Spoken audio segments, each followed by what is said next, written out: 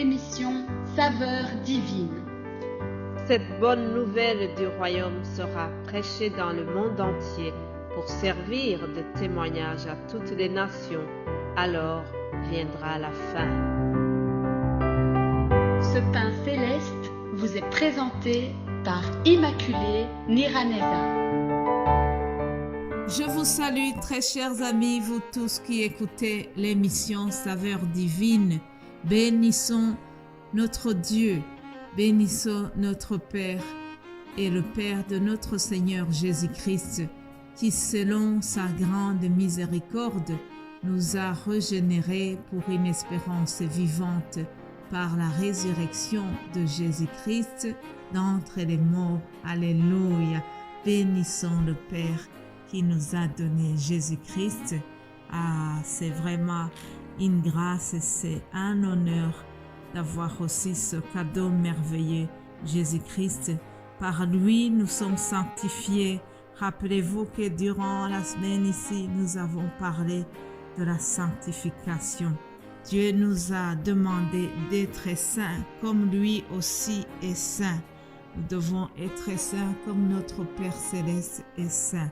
Si par hasard vous écoutez l'émission pour la première fois et que vous n'avez pas suivi ce que nous avons donné durant toute la semaine, je vous rappelle que nous étions sur le thème de la sainteté et les versets qui nous ont conduits se trouvent dans 1 Pierre chapitre 1. Je lis à partir du verset 14 qui nous dit: comme des enfants obéissants, ne vous conformez pas aux convoitises que vous aviez autrefois quand vous étiez dans l'ignorance.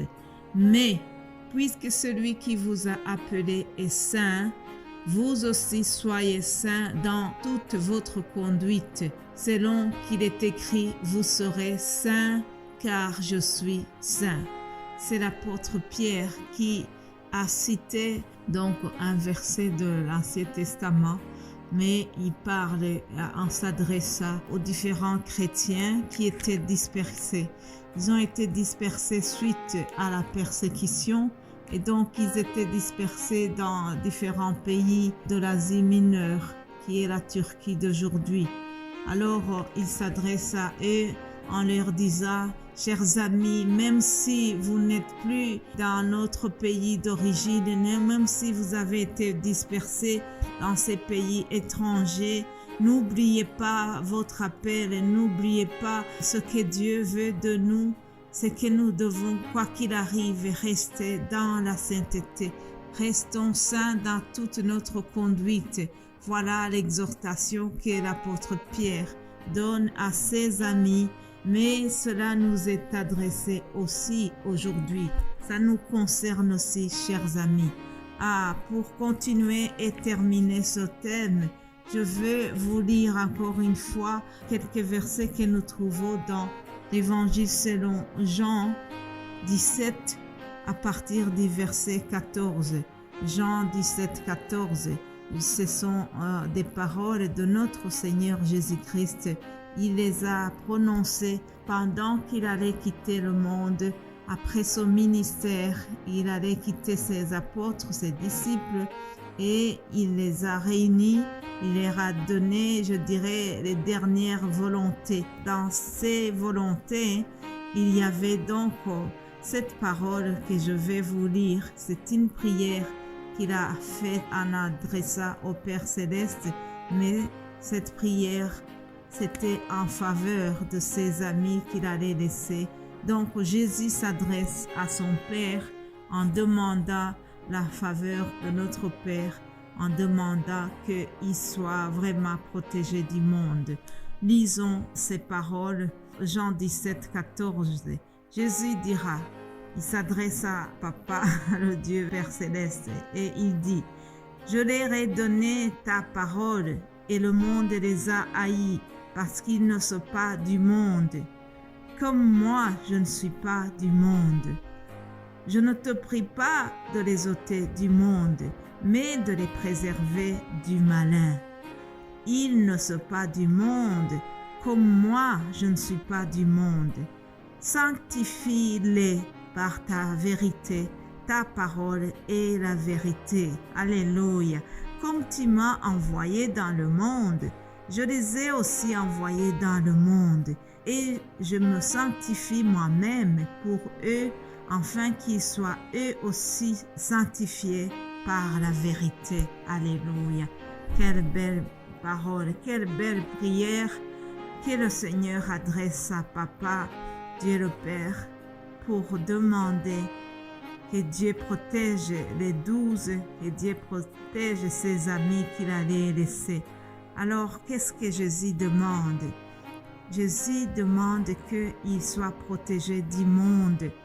Ah, chers amis, nous sommes dans ce monde, mais nous ne sommes pas du monde. Nous sommes dans ce monde, mais le monde est méchant.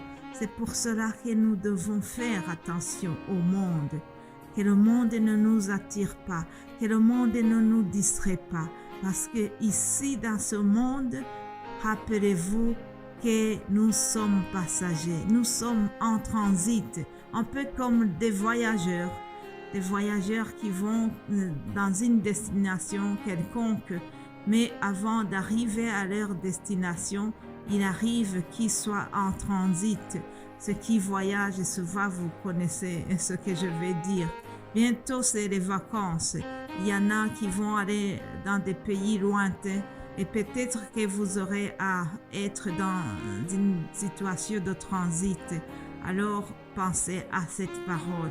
Jésus dira donc à ses disciples que ici dans le monde, ils ne doivent pas y rester. Ah, d'ailleurs, il dit, comme moi aussi, je ne suis pas du monde. Alors, il demande à Papa de ne pas les ôter du monde.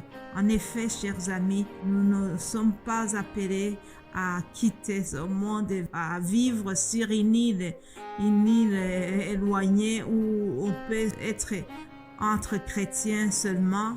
Non, nous sommes appelés à vivre au milieu des autres dans ce monde, même si nous sommes différents. Alors Jésus dira, je ne te demande pas de les retirer du monde puisqu'ils doivent y rester, ils doivent témoigner de moi dans le monde, ils doivent prêcher la bonne nouvelle jusqu'aux extrémités du monde.